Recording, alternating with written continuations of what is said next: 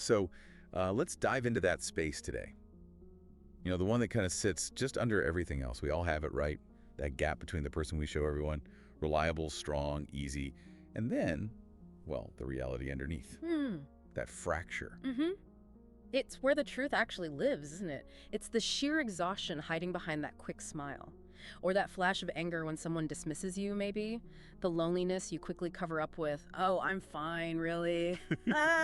We get so good at the performance, it's almost seamless sometimes. Almost. But it costs so much energy.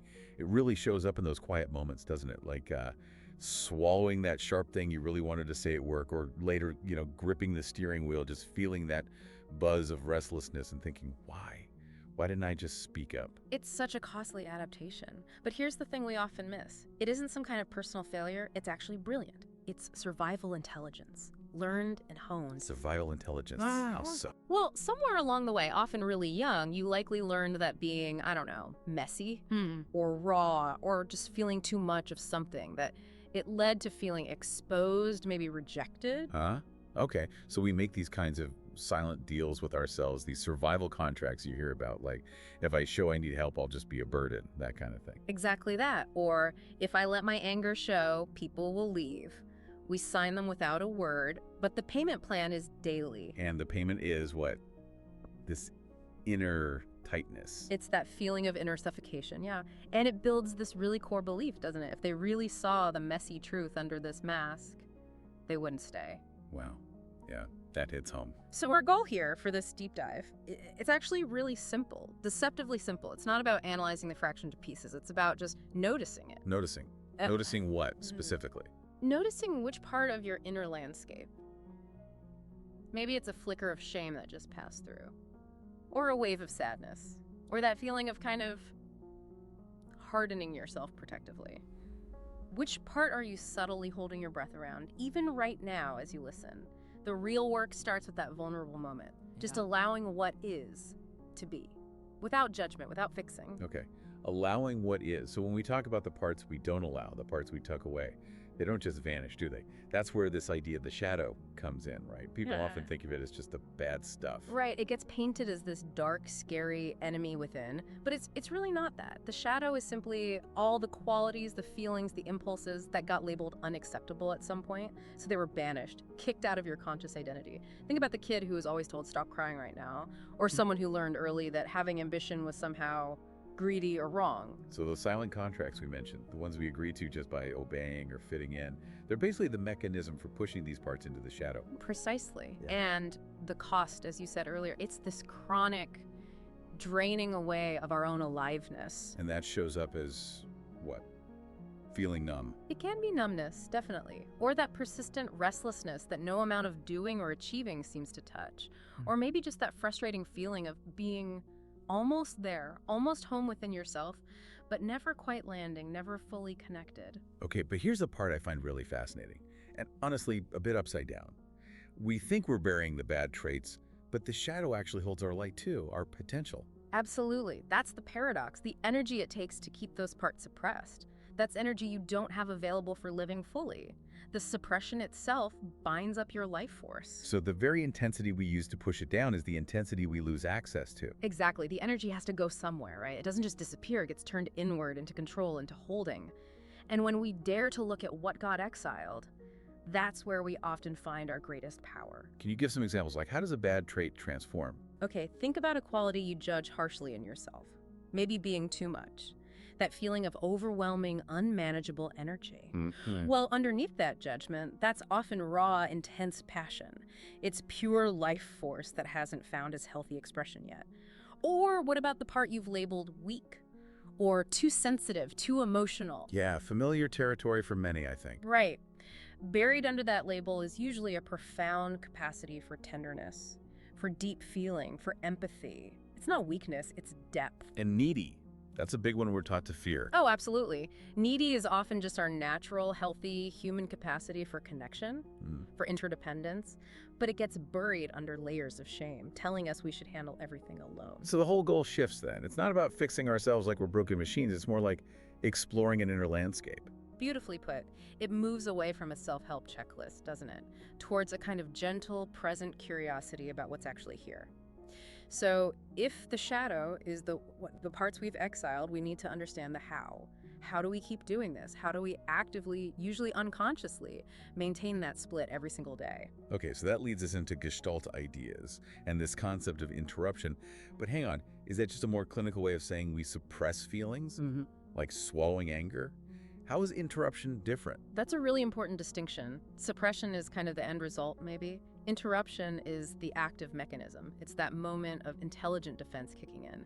In Gestalt terms, we talk about the interruption of the cycle of experience. Cycle of experience, what does that involve? Well, every natural impulse or need, whether it's hunger or connection or anger, tends to move through a natural flow. Awareness of the need or feeling, then mobilization of energy towards it, then action to meet the need, and finally, contact or satisfaction. Okay, awareness, mobilization, action, contact. Makes sense. So what happens when that gets interrupted?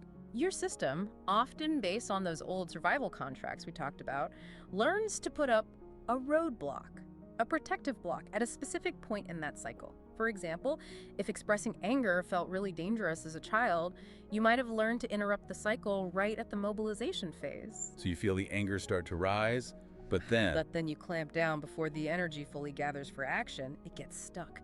And that chronic protection, that habitual interruption, becomes part of your personality structure. well, I'm just a calm person. I never get angry. Right. Wow. So we're not just blocking one feeling in isolation, we're actually interrupting the natural flow of our own life energy. We need some real life examples here, I think. This is where it gets practical. Okay, let's start with blocking action. Remember that meeting scenario. Your colleague takes credit for your idea. The cycle starts. Awareness, hey, that's my idea, I feel slighted. Then mobilization, maybe your jaw tightens, you feel heat rise in your chest, energy floods you. Ready Yeah. to say something. Ready to act. To speak up, set the boundary. But then bam, the interruption hits right before the action phase. You swallow it down. And that energy, it has to go somewhere, right? It absolutely does. It pools inside. It might leak out later as sarcasm or passive aggression towards that person, or it might turn inward and become a tension headache later that evening, or that chronic knot in your shoulders. That stuck energy is unlived experience, and the body holds the record. Okay, that's blocking action. What's another common one? Another big one is blocking awareness. This happens a lot with softer, maybe more vulnerable feelings, like loneliness or grief. Imagine you're scrolling online, you see a picture of a seemingly perfect family gathering or happy couple, and this quiet, low hum starts inside. Maybe a feeling of, I'm disconnected or I'm not enough. It starts to rise into your awareness. And the impulse is to just click away. Fast. Instantly. Before that feeling of grief or loneliness can even fully form, you interrupt the awareness itself. Okay. You switch apps, check your email compulsively, maybe turn on loud music or a really distracting podcast, anything to not feel it. And what happens to the grief then? It doesn't vanish. It just settles back down, maybe into the background noise of your life.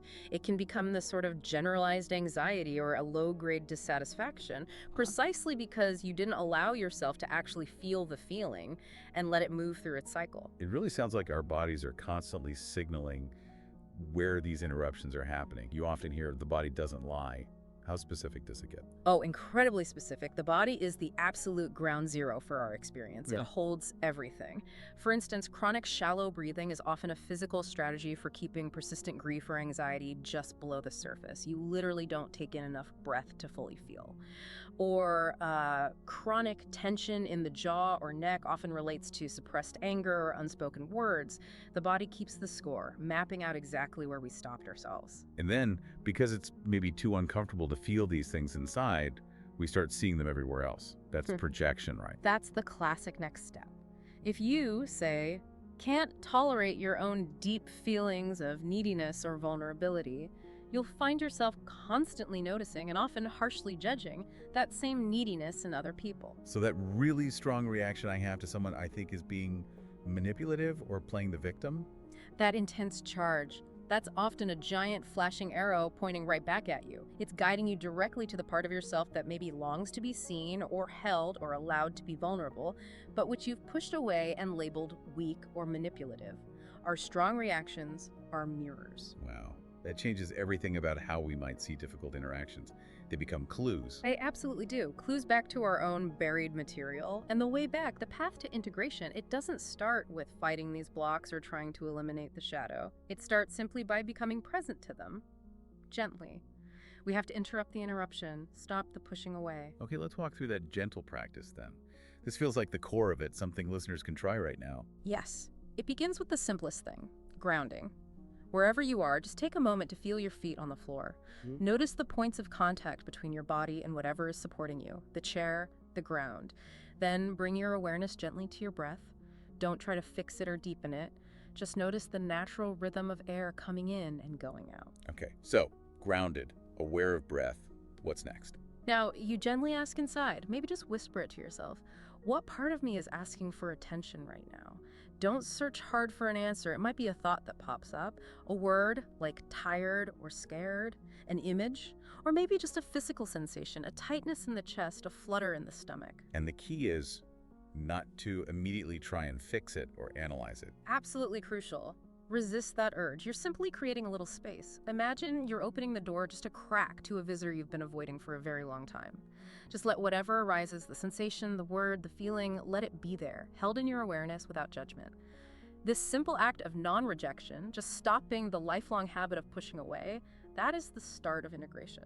That gentle asking, it also completely reframes how we think about responsibility, doesn't it? It really does. Responsibility shifts from being about blame, whose fault is this feeling, to responsibility, your ability to respond authentically from your core to whatever is actually arising within you in this present moment, rather than just reacting from old patterns, old fears, old contracts. And that feels, well, incredibly liberating, actually. Because if I can learn to respond to my own inner truth, I stop waiting for someone else to validate me or fix me or make me feel whole.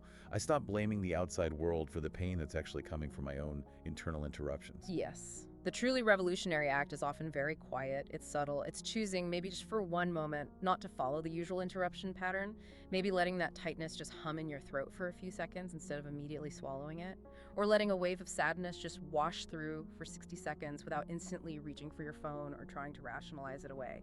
That single choice, repeated over time, is what starts to end the inner war.